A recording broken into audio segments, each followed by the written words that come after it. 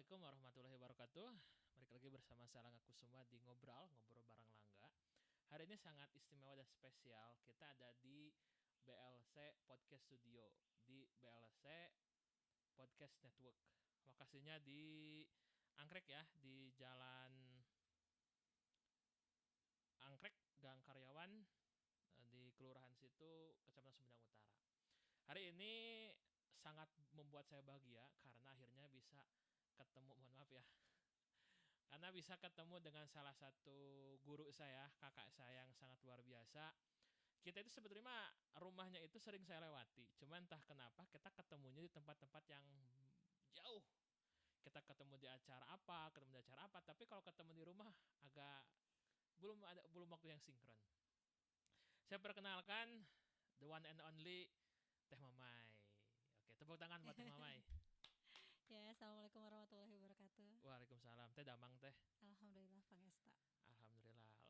Disebut long time no see tapi enggak juga ya Teh ya, karena pada akhirnya kita dipertemukan di tempat yang tepat. ya. Jadi berusaha untuk ketemu silaturahmi memang belum bisa, akhirnya kita ketemu kemarin kita ketemu di debat pilkada, kemudian juga kita ketemu di tempat-tempat yang kok bisa Teh gitu. Lu lagi gitu ya. Teh gimana kegiatan sehari-hari, lancar, sehat, atau mungkin sedang apa kesibukan sekarang Teh? Kalau sekarang kesibukan rutinitas sehari-hari, mungkinnya di rumah biasalah ngurus anak dan lain sebagainya. Ada juga usaha yang lagi dirintis. Terus karena juga di pemantau pemilu dan pilkada, tentu kita juga melakukan pemantauan lah terkait dengan proses tahapan dari pilkada ini gitu. Oke, jadi teman-teman ya, tadi sudah dikenalkan secara singkat dari Teh Mamai. Jadi Teh Mamai ini punya nama lengkap itu Teh Mamai Siti Maimunah Suhadi SOS yang sekarang sedang progres untuk sekarang apa Teh S2-nya itu? Kebijakan publik. Berarti SAP. Iya, MAP. MAP, Iya. Magister Administrasi Publik. Kayak Belum doakan, tapi. amin. Kayak doakan semoga segera selesai ya Teh. Iya, Karena siap. udah Amin. beberapa waktu ya. Karena waktu itu kan masih kerja ya, jadi memang sempat fokus dulu di pekerjaan. Ya sekarang setelah beres dari akhir masa jabatan kemarin baru kita jalankan lagi. Oke, luar biasa. Kedoakannya semoga Teh Mamai segera tuntas untuk S2-nya. Teh Mamai ini adalah alumni KPU periode 2018-2023. Kemudian juga beliau adalah pemerhati demokrasi dan pemantau pemilu dari Akademi Pemilu dan Demokrasi Indonesia. Dan ada juga nih, sekalian juga promo ya buat teman-teman semua. Teh Mamai ini buka usaha namanya Semestri Cafe and Dessert. Itu lokasinya di mana Teh? Lokasinya insya Allah kita buka di seberang kampus UPI ya. Di kampus UPI Sumedang situ. Seberangnya ada situ. Jalan itu apa ya maksudnya? Yang depan Prabu. UPI aja Oh, karena itu. UPI cuma ada satu di kita. Iya, yang itu. Itu apa aja di sana Teh? Ya biasalah kopi shop buat nongkrong anak-anak mahasiswa atau pelajar ataupun misalkan ya orang kantoran dan lain sebagainya. Kopi shop aja sih, kopi shop dan ada beberapa dessert dan makanan gitu. Oke, luar biasa aja teman-teman yang lagi santai, lagi butuh ide baru, lagi butuh suasana baru, silakan datang ke Semestri Coffee and Dessert. Lokasinya di depan UPI Kampus Sumedang. Tepuk tangan buat Teh Mamai. Luar biasa ya teman-teman. Teh, kita mau ngobrolin Teh terkait dengan pilkada yang kurang lebih 2 hari lagi ya Teh. Sekarang, besok, dan lusa ya hari Rabu ya. Tanggal 27. Tanggal 27, berarti 2 hari November lagi. Ya, hari Rabu kita akan melaksanakan pemilu kada untuk Sumedang untuk pemilihan bupati dan wakil bupati. Nah ini Teh ada beberapa hal yang ingin Langga diskusikan terkait dengan pemilu atau pemilu kada atau bagian-bagian dari pemilu itu sendiri. Jadi tema diskusinya sekarang apa nih? Tentang menuju pilkada yang berkualitas di Kabupaten Sumedang. Keren. Keren, luar biasa. Itu idenya orisinalitas langsung dari Teh Mamai itu sendiri. Teh ini Teh terkait dengan pilkada, pemilu ataupun juga apa itunya, mungkin Teteh bisa cerita terkait dengan apa itu pemilu, kemudian juga pemilu kada itu seperti apa Teh? Secara garis besar mungkin ya. Boleh. Mungkin ada perbedaan antara pemilu dan pilkada gitu ya. Nah, kita kan untuk tahun 2024 ini kita sudah melakukan ya, ini adalah agenda besar bangsa Indonesia karena pada satu tahun yang bersamaan kita melaksanakan pemilu serentak dan juga pemilihan kepala daerah serentak untuk pertama kalinya di Indonesia. Kalau pemilu ini sudah kali kedua. Karena untuk yang pemilu serentak itu sudah tahun 2019, itu Oke. pertama kali. Nah, untuk pilkada sendiri ini baru kali ini kita mengadakan, Indonesia mengadakan pilkada serentak gitu. Jadi ini momen yang sangat luar biasa sekali.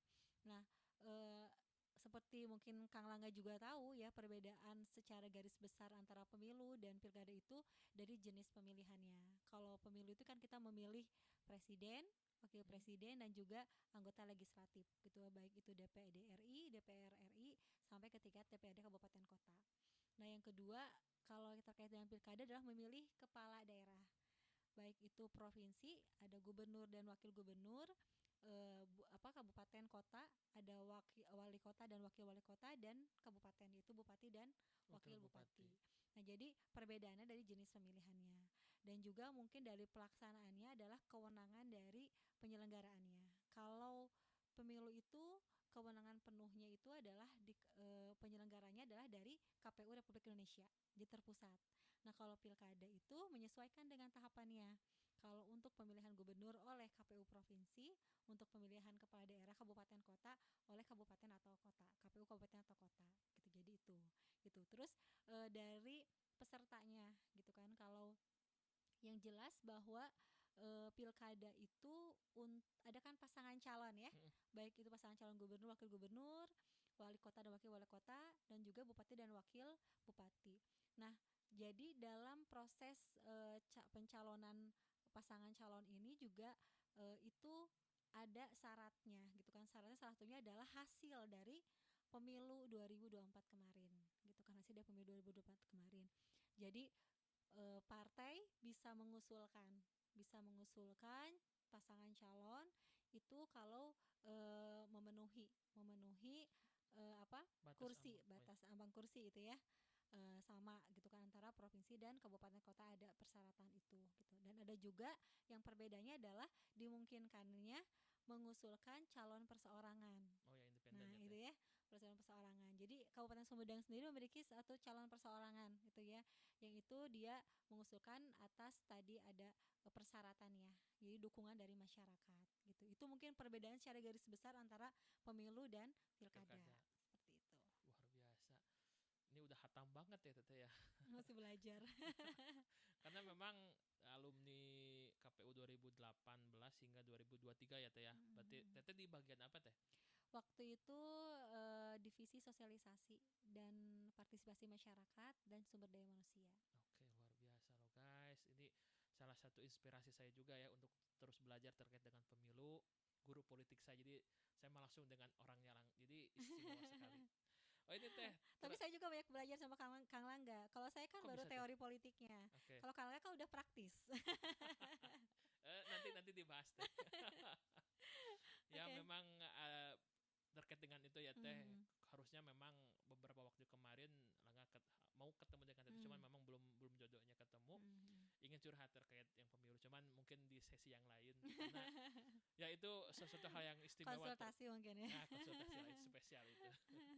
Terus ini Teh, terkait dengan pihak-pihak yang terlibat Hmm. dalam sekarang kan pemilu kada ya Teh ya. Iya, pilkada. Pihak-pihak yang terlibat dalam pemilu kada itu terdiri dari unsur apa aja Teh? Pilkada mungkin lebih Ya, tepatnya, pilkada. kalau pemilu kan pemilu, Oh kalau ya. pilkada pilkada. Kalau pemilu kan pemilihan umum. Kalau pilkada pemilihan kepala daerah gitu ya. Oh, Jadi oke. tidak lagi pemilu kada, bahasanya adalah Pilkada. pilkada Oke. gitu. Nah, untuk pemilihan kepala daerah ini gitu, tentu yang terlibat itu stakeholder yang memang sesuai dengan tingkatannya. Ya, kalau KPU, kalau di provinsi artinya berarti semua pemangku kebijakan, baik itu lembaga maupun partai politik di tingkat provinsi gitu ya. Nah, kabupaten kota juga sama gitu ya. Jadi semua pihak berwenang dan juga pemangku kebijakan di tingkat kabupaten kota. Nah, sementara kalau kita melihat secara garis besar, mungkin bukan tokoh-tokoh ya, tapi elemen-elemen yang memang terlibat dalam proses pemilihan kepala daerah ini, yang pertama adalah penyelenggara. Oke. Ya, penyelenggara itu ada KPU, ada Bawaslu, ada juga DKPP gitu kan. Itu 3 unsur itu juga hal yang penting gitu kan, karena masuk ke dalam bagian dari penyelenggaraan dari pilkada sendiri. Nah, yang ketiga partai politik ya, karena partai politik juga ini penting karena mereka akan mengusulkan gitu kan, mengusulkan dan mengusung calon dari pasangan calon dari kepala daerah tersebut gitu. Terus yang ketiga adalah yang berapa sih tadi, 1, 2, 3 ya. Keempat. Yang ketiga tadi ke penyelenggara, Oke. yang kedua peserta Oh atau ya, partai mohon maaf. politik ya, Betul, betul, betul, betul. peserta pilkadanya atau partai politik.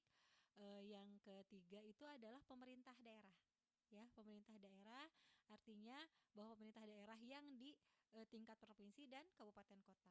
Kenapa ini sangat penting? Karena anggaran dari pilkada itu berasal dari APBD, baik itu provinsi maupun Kabupaten. kabupaten. Kalau pemilu kan APBN. Oh, kalau Nah, pemilu itu pemilu APBN. anggarannya dari APBN. Pilkada anggarannya adalah dari provinsi dan kabupaten kota. Gitu. Jadi pemerintah ini sudah jauh-jauh hari sudah bersama KPU dan Bawaslu tentunya sudah merancang anggaran kebutuhan dari pilkada. Gitu. Ketika saya masih menjabat di KPU, itu kita sudah melakukan merancang dan juga menyampaikan terkait dengan kebutuhan anggaran pilkada. Nah, ini yang kemudian disepakati oleh penyelenggara baik KPU dan Bawaslu, disepakati oleh pemerintah daerah dan juga anggota DPR, DPRD ya gitu. Berapa alokasi yang dibutuhkan dan yang mampu disediakan oleh pemerintah daerah. Nah, ini makanya penting. Ini pemerintah daerah adalah stakeholder yang penting juga dalam proses pemilihan kepala daerah. Nah, selanjutnya ini adalah media massa ya. Yang keempat juga media massa penting, terutama media massa lokal. Ya, Oh, segitu media pentingnya lokal, itu loh. iya, iya. Jadi dalam proses penyelenggaraan pilkada ini ada ketentuan khusus di mana penyelenggara baik itu KPU maupun Bawaslu gitu kan, itu harus memberdayakan keberadaan atau eksistensi dari media lokal gitu ya. Jadi proses sosialisasinya dan lain sebagainya gitu kan, karena mungkin ada unsur-unsur yang memang bisa disesuaikan, unsur budaya, unsur kedaerahannya gitu. Jadi media itu menjadi hal yang penting selain tadi untuk proses sosialisasi, penyampaian pendidikan pemilih dan juga aturan regulasi pada masyarakat. Media massa juga menjadi tadi ya penyeimbang lah dalam proses tahapan gitu kan, tahapan. Nah, selanjutnya yang terakhir itu adalah tentu pemilih. Ya, pemilih juga ini adalah pihak yang sangat elemen yang penting dalam pelaksanaan penyelenggaraan pilkada. Karena partisipasi pemilih dalam pilkada ini yang nanti akan menentukan gitu kan dalam proses hasil dari pilkada itu sendiri gitu Kang Langga. Secara umum itu gitu. Luar biasa, tepuk tangan buat Teh Mamai. Jadi teman-teman, pertama dari mulai unsur penyelenggara, kemudian juga Hmm, unsur pemilih, iya, kemudian peserta, peserta, peserta, penyelenggara, peserta, kemudian pemilih, pemerintah pemerintah daerah, daerah dan pemilih, media massa media massa dan dan pemilih. belum hafal Wah, nih, harus luar dihafalin nih biasa. Kang Langga nih. Jadi sekalian CAT juga ya. Dan itu sebetulnya ada stakeholder lainnya. Ada juga. Ada stakeholder lain misalkan seperti lembaga Oh, itu pendidikan, berperan juga Teh. iya LSM. Karena dalam aturan yang sekarang itu diperbolehkan kegiatan kampanye di lembaga pendidikan. Oh, Tapi boleh. lembaga pendidikan tinggi. Oh, Nah, hanya eh, sekelas universitas gitu diperbolehkan untuk melakukan kegiatan oleh sosialisasi ya, sosialisasi pasangan calon di perguruan tinggi. perguruan tinggi, tentu dengan apa, dengan persyaratan-persyaratan tertentu gitu ya yang harus disepakati terutama dari pengelola dari perguruan tinggi tersebut gitu. Kalau dulu kan memang tidak boleh di area pendidikan, untuk saat ini diperbolehkan untuk di Perguruan tinggi. perguruan tinggi Oke. gitu. Nah, selanjutnya Teh terkait dengan proses penyelenggaraan. Hmm. Terkait dengan tema kita ya Teh, yaitu adalah bagaimana menuju pilkada Sumedang, pilkada berkualitas di Kabupaten Hmm. Sumedang. Sebetulnya apa sih Teh faktor dan indikator juga tentang terselenggaranya pemilu yang berkualitas yang Hmm. pemilu pilkada, Pilkada. mohon maaf, terkait dengan pilkada Pilkada. yang berkualitas di Kabupaten Sumedang. Apa indikator keberhasilannya Teh? Mhm. Luar biasa nih Kang Langga ya. Kita belum melaksanakan udah pingin lihat, pingin menerawang keberhasilannya di mana gitu ya. Itu luar biasa. Itu memang salah satu hal yang ingin saya sampaikan juga terkait dengan apa sih sih tolak ukurnya Heeh, gitu yang heeh, heeh, heeh. bagaimana kualitas pemilu Iya, iya, pilkada iya, kita iya, di iya. kita gitu Hmm. teh. Tentu kita berharap ya, masyarakat berharap, semua pihak pasti berharap bahwa dari pemilihan ke pemilihan, baik itu pemilu maupun pilkada, itu ada peningkatan, ya, Oke. peningkatan terutama di sisi kualitas. Karena kita ketahui untuk melaksanakan pemilu itu maupun pilkada itu kan dinamikanya sangat luar biasa, banyak sekali gitu ya. Bagaimana kondisi di masyarakat, bagaimana terkait dengan money politik dan lain sebagainya, itu kan kita tidak bisa menutup mata kalau itu masih Ada. ada gitu ya. Nah, bagaimana kita bisa dari tahun ke tahun, dari pemilihan ke pemilihan gitu ya, kita berharap dan kita juga berikhtiar untuk menciptakan atau melahirkan pemilihan yang tadi berkualitas. Nah, bagus sekali pertanyaan dari Kang Langga, ini luar biasa. Ya, indikatornya apa saja sih gitu kan? Ketika kita ingin, bukan mengklaim ya, ingin menyampaikan atau kita bisa melihat outputnya bahwa ini adalah pemilu atau pilkada yang berkualitas. Ada beberapa faktor sebetulnya gitu, dari banyak faktor penilaian gitu ya. Kita akan mengambil beberapa yang secara garis besar kita bisa lihat. Yang pertama adalah netralitas dari penyelenggara. Oke. Ya, Netral, penting sekali kan ya, gitu netralitas ya. penyelenggara ya teh ya. Netralitas penyelenggara itu sangat penting sekali. Karena bagaimanapun yang melaksanakan semua tahapan ini adalah penyelenggara. Tanggung jawabnya adalah di mereka. Gitu ya. Penyelenggara itu kalau kita di kabupaten itu ada KPU dan Bawaslu, Oke. kabupaten kota. Nah, di bawahnya itu KPU ada PPK, ya, panitia pemungutan kecamatan, yang mereka ada di kecamatan. Kecamatan. Di bawahnya ada PKD. PPS. Oh, mohon maaf PPS, mohon maaf ya. PPS PPS. ya, panitia pemungutan suara di tingkat desa atau kelurahan. Nah, di bawahnya lagi, di bawah PPS itu ada KPPS yang nanti akan bertugas di TPS. TPS. Nah, kalau untuk di Bawaslu itu di bawahnya ada panitia pengawas kecamatan Oke. atau Panwaslu kecamatan. Nah, yang di bawahnya Panwascam itu ada PKD, PKD. ya, pengawas kelurahan dan desa. Di bawahnya juga ada PTPS atau pengawas TPS. Nah, ini netralitas dari semua unsur ini, baik di tingkat kabupaten sampai di tingkat KPPS, di tingkat PPS ya ada pengawas TPS dan juga KPPS. Ini yang harus menjadi harga mati ya. Terkait Anggap dengan seperti itu ya. netralitas. Netralitas mereka gitu ya. Netralitas, integritas, netralitas dari penyelenggara ini sangat penting. Karena banyak sekali kepentingan, tentu ya, kepentingan dari beberapa pihak yang mungkin bisa mengganggu kinerja dari mereka. Nah, bagaimana para penyelenggara ini di tingkat kabupaten kota sampai dengan di tingkat TPS itu komitmen menjaga netralitas dan integritasnya, gitu ya. Jadi ini menjadi poin penting, gitu kan. Indikatornya adalah ketika para penyelenggara ini mampu bekerja menjaga netralitas dan integritasnya, itu. Yang kedua, netralitas ASN. Oke, itu berkaitan juga berarti teh. Ya, tentu sangat berkaitan ya, karena pilkada ini kita tidak bisa menutup mata ya. Kepentingan daerahnya kan sangat tinggi. Karena memang kita akan melahirkan pemimpin daerah gitu ya. Oleh karena itu mungkin banyak ya, banyak kasus, mungkin ya beberapa kasus yang mungkin Langga juga pernah baca atau pernah lihat di berita. Iya. Misalkan kalau tidak salah ya, saya ya, ada kasus beberapa waktu lalu di suatu daerah gitu ya.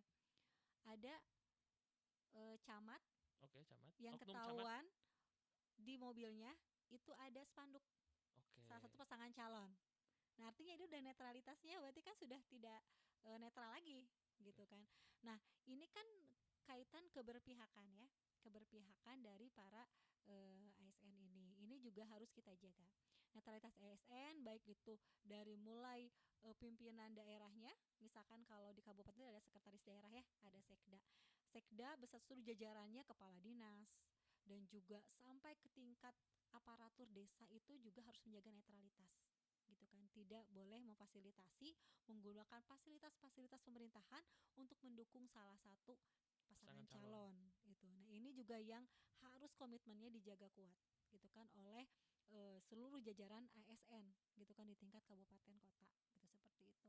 Nah, mudah-mudahan di Sumedang tidak ada kasus seperti itu gitu Amin. kan.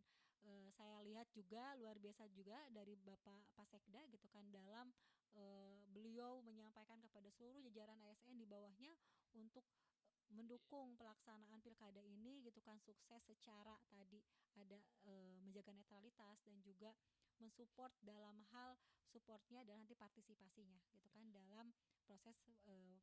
pemilihan suara ya karena ASN itu netral tapi mereka memiliki Hak. boleh tidak netral Ah, keren keren kayak keren.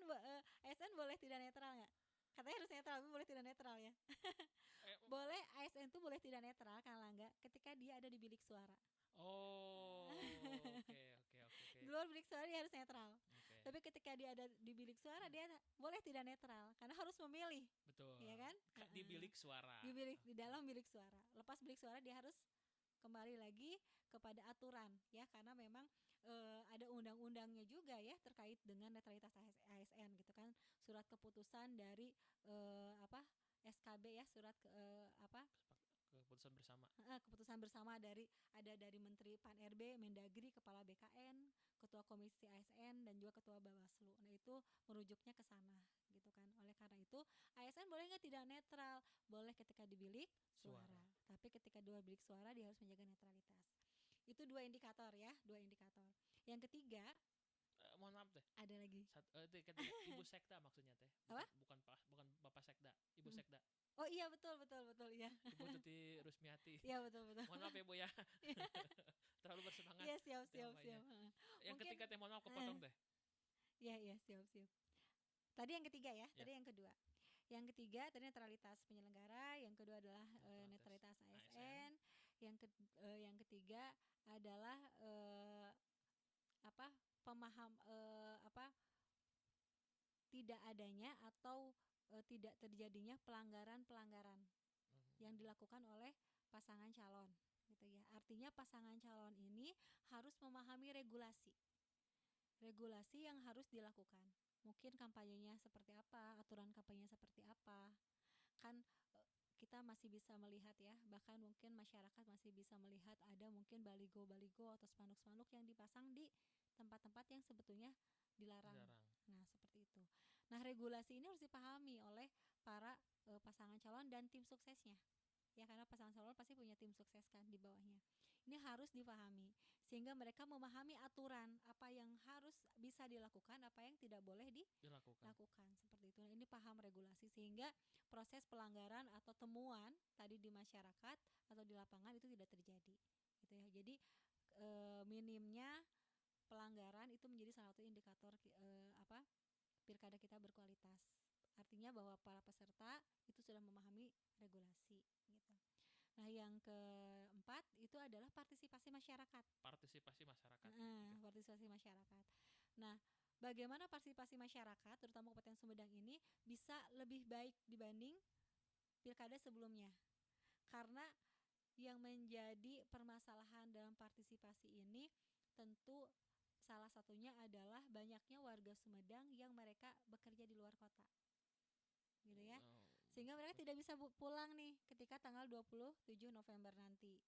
Gitu ya.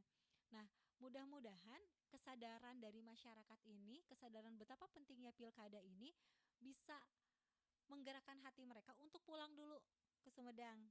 Ya, untuk memilih gitu kan karena misalnya kerja di luar kota, yang punya usaha di luar kota, gitu kan dia pulang dulu ke Sumedang, memiliki kesadaran yang tinggi untuk berpartisipasi dalam proses pemilihan atau pemungutan suara. Itu kan ini menjadi PR bersama. PR bersama dan juga kita harus menyampaikan pemahaman tersebut betapa pentingnya pilkada ini. Jadi proses partisipasi masyarakat ini penting. Selain generasi muda juga pemilih pemula juga penting gitu ya sehingga mereka tidak lagi ada apatisme atau sikap acuh tak acuh dalam proses pemilihan. Jadi itu partisipasi. Nah, yang terakhir itu adalah terkait dengan sengketa hasil. Oh, berarti gugat menggugat. Nah, gitu.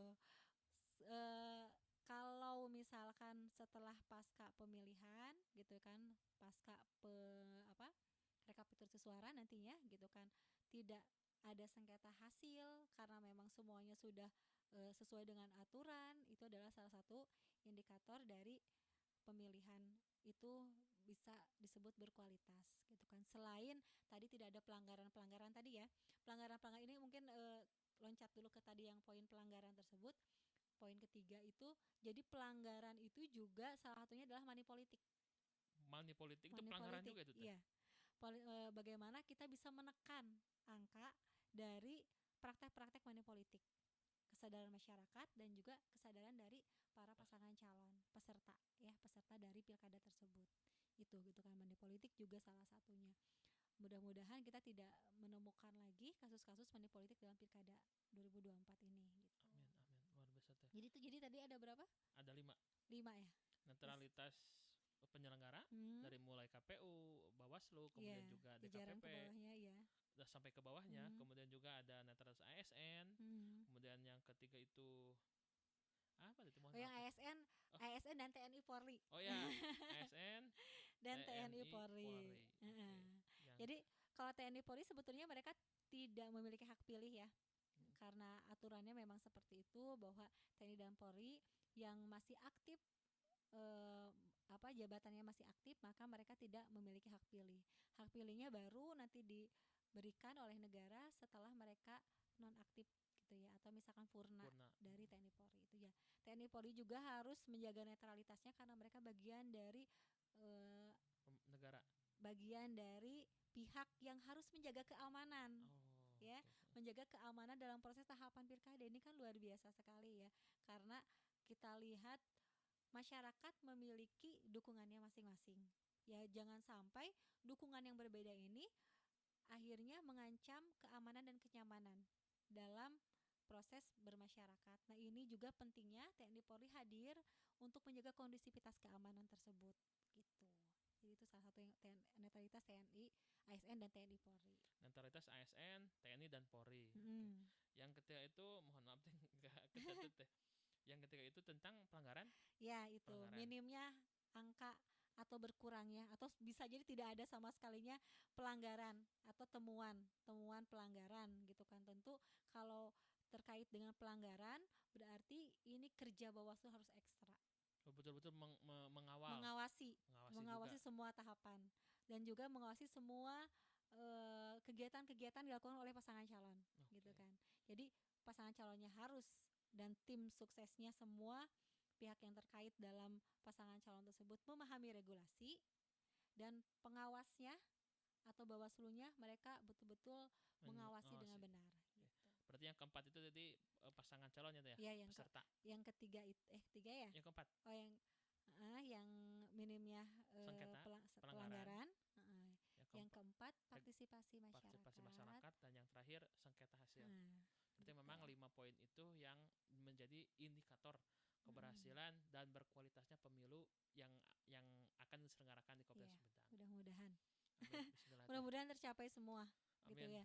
Semua ketika proses pemilihan kepala daerah berakhir, semua pasangan calon menerima dengan baik hasilnya. Memang ada regulasinya ketika mereka tidak bisa menerima hasil dari proses rekapitulasi suara nanti atau proses pengumuman dari KPU, mereka boleh melakukan gugatan ya, gugatan sengketa hasil dari pilkada. Itu kan selama mereka memiliki bukti-bukti kuat bahwa terjadinya pelanggaran gitu. Tapi mudah-mudahan dengan tadi kita sudah preventif dari awal gitu ya, baik itu dari peserta maupun penyelenggara, dijaga betul kinerjanya dan juga paham betul regulasinya, mudah-mudahan tidak ada sengketa hasil. Amin, bismillah. Gitu. Itu doa yang sama-sama kita ingin wujudkan teh. Terakhir teh, kita sebentar lagi akan menghadapi pilkada 27 November, berarti kan lusa ya teh ya. Kita memilih Bupati Sumedang dan juga Gubernur Jawa Barat untuk yang di kita. Apa pesan yang ingin disampaikan oleh Teteh kepada penyelenggara, kemudian juga masyarakat, pemilih, kemudian juga kepada peserta pemilu teh? Yang pertama mungkin untuk penyelenggara ya. Penyelenggara ini kan sekarang itu lagi sibuk-sibuknya ya.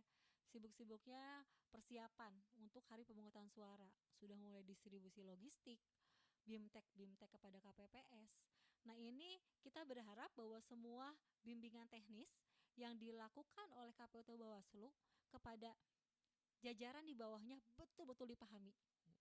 KPPS harus paham gitu kan, bagaimana tupoksi atau pekerjaan yang harus mereka lakukan. Pengawas TPS pun harus paham bagaimana mereka melakukan pengawasan ketika proses pemungutan. Suara.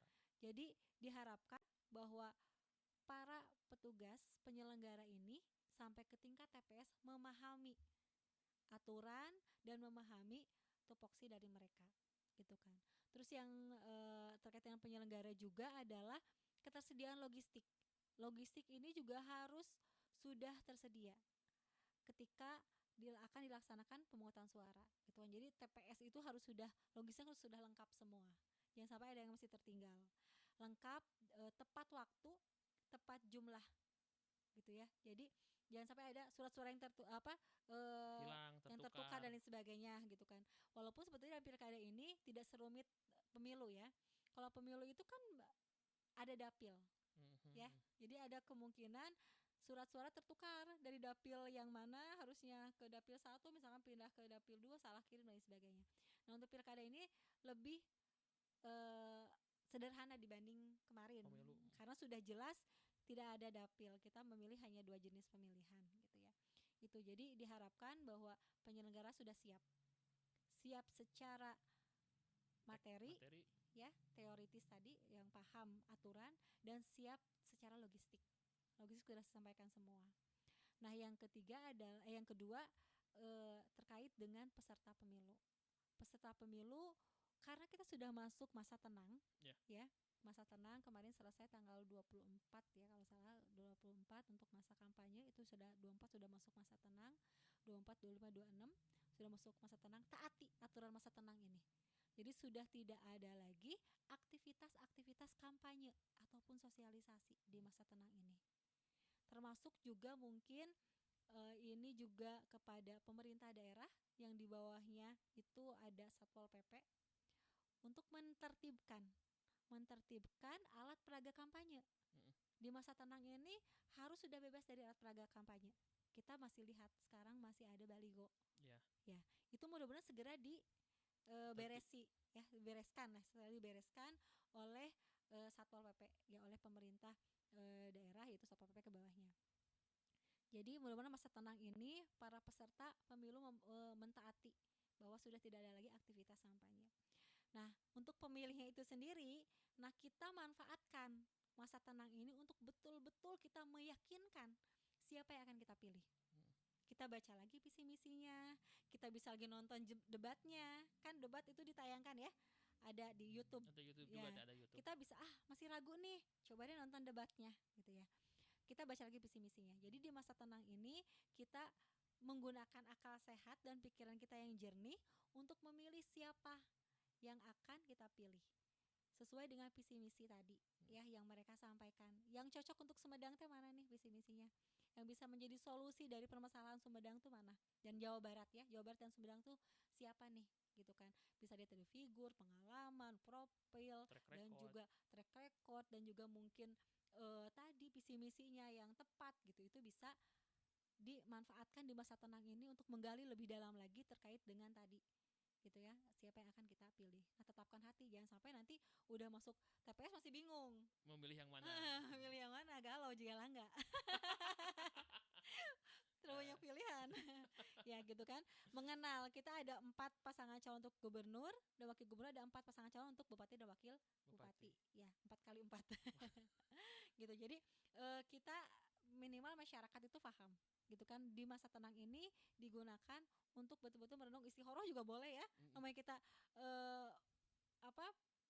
meminta petunjuk dari Allah siapa yang paling tepat untuk daerah kita gitu kan, silakan boleh istikharah gitu kan. Enggak, jangan nyari jodoh aja istikharah tuh ya. Nyari momen kita istikharah.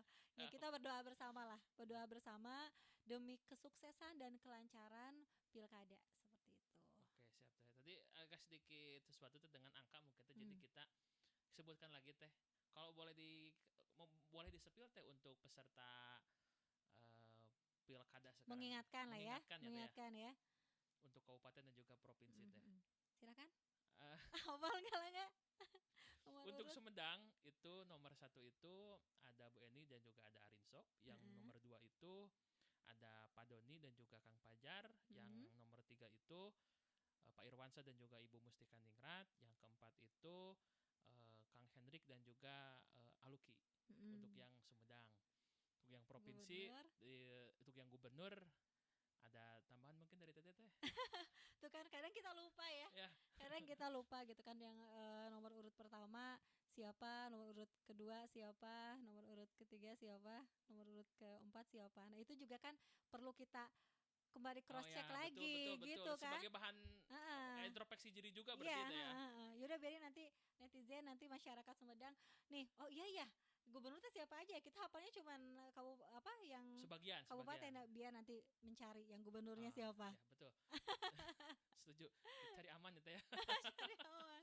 Ya teman-teman, terkait dengan untuk provinsi mungkin berarti kan sudah saya pribadi mohon maaf untuk tidak mengingat semua. Kalaupun misalkan kita belum mengenal tadi ya, belum mengenal sahawainya misalkan gubernur teh gitu ya. Nanti ketika di TPS itu sebelum kita masuk ke area TPS, di luar ada pengumuman terkait dengan peserta plus visi misinya. Nanti kita bisa baca kembali di situ. Oke. Ataupun juga tadi yang dari kita buka-buka track recordnya, kemudian juga. Iya. Biarin penasaran, jadi biar mencari sendiri gitu itu, ya. Challenge buat teman-teman yang belum yang untuk Sumedang mungkin sudah pilihan tapi untuk provinsi belum ada, silahkan cari, pahami lagi, buka lagi channelnya, debat KPU-nya, kemudian juga visi misinya silahkan dipelajari. Berarti kan intrusif juga bagi Langat ya. Untuk yang provinsi belum begitu mengenal semuanya, jadi bahan untuk kembali kita mengulas untuk yang pemilihan gubernur nanti. Nah itu kan, karena kita fokusnya kemarin ke Sumedang ya. Kita ke kabupatennya aja gitu. Teh, thank you. Suatu hal yang indah dan juga membahagiakan bisa ngobrol akhirnya setelah 2 tahun menunggu ya guys. 2 tahun menunggu. 3 kalau gak salah teh. Awal ketemu teh kita buat podcast yuk tentang pemilu dan lain semacamnya. Itu mungkin setahun, 2 tahun, 3 tahun baru sekarang. Karena kesibukan masing-masing juga. Ya, jadi thank you buat Teteh. Plus juga Teh Mama ini baru pulang dari kegiatan di luar kota. Baru nyupir masih sendiri Teh? Masih. Dari dulu. Doakan ya, mungkin nanti ada yang menggantikan supirnya juga. Bisa bayar supir ya. Menyenangkan sih nyupir sendiri itu kan. Oke. Intinya kodenya bukan ke sana, maksud cuman nggak apa-apa. Cuman yang jelas thank you buat Teteh. Sama-sama. Baru pulang dari luar kota, tiba-tiba kita reschedule waktu dan Teteh masih menyempatkan untuk hadir di BLC ini. Jadi sangat istimewa. Terima kasih buat Teteh. Ya, sama-sama.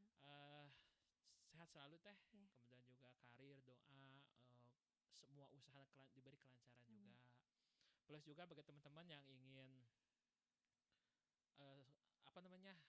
santai nongkrong, silahkan datang ke Semistry Coffee and Dessert. Lokasinya di depan Kampus Office Sumedang ya. Jadi ada tersedia. Cari aja ada pelangnya. Ada pelangnya juga ya.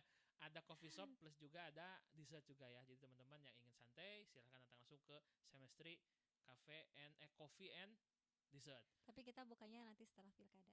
Setelah pilkada ya Teh. Oke, jadi kurang lebih besok atau Teh. Ya kan fokus dulu. Oh ya. Pilkada dong gitu ya. Penting kan? Sangat. Ya. Kita harus pokoknya 27 November datang ke fokus TPS dong. Kita pilih. Iya. Silahkan kembali kepada pilihan hati nurani teman-teman semua. Plus juga terima kasih buat BLC Podcast Podcast Network yang telah memberikan fasilitas sangat istimewa. Jadi untuk BLC Podcast ini, BLC itu Business Learning and Center. Betul ya? Oke, mohon maaf. Business Learning Center. Itu lokasinya ada di Jalan Akrek, Gang Karyawan 2 di kelurahan situ, Kecamatan Sumedang Utara. Di sini Bapak Langga itu fasilitas itu apa ya? Nah, keren banget. Saya nanya nih, sekarang nanya Kang Langga nih. Waduh. BLC itu kan apa aja nih fasilitas yang bisa dimanfaatkan oleh masyarakat gitu. Waduh, oke. Untuk BLC itu kita tersedia ada meeting room kita untuk 12 orang kita tersedia dengan fasilitas yang istimewa dari mulai TV LCD, kemudian juga meja dan kursi yang sangat cukup, sangat luar biasa. Kita juga ada fasilitas musola, kemudian juga kita ada podcast studio yang jadi teman-teman dengan peralatan yang semewah ini, yang seistimewa ini menghasilkan podcast yang luar biasa. Bisa dimanfaatkan juga ya? Bisa dimanfaatkan juga. Kemudian juga kita ada virtual office, jadi bagi teman-teman yang ingin sewa kantor tanpa perlu gaji karyawan, mungkin tidak perlu keluar biaya besar. Masih merintis startup misalkan gitu ya? Masih startup, itu BLC bisa jadi tempat pilihan teman-teman untuk memulai bisnis. Kemudian Kemudian juga Keren-keren. kita ada cafe juga. Jadi teman-teman yang ingin santai coffee juga. Tapi kita masih belum buka ya untuk sekarang ya. Mungkin beberapa waktu ke depan.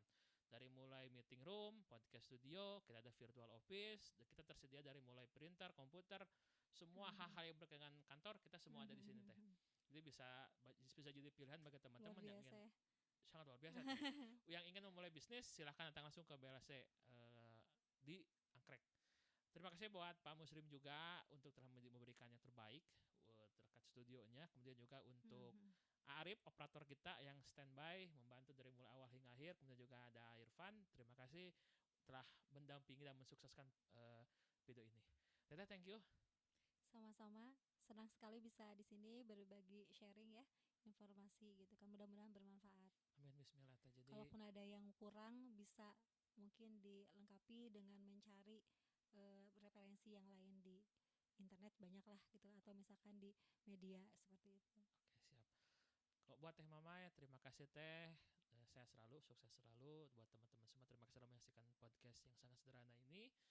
Kalau ada apa-apa silahkan kontak langsung di biasanya di kolom komentar, kolom deskripsi di bawah. Saya Langga, terima kasih atas perhatian kerjasamanya. Saya tutup. Wassalamualaikum warahmatullahi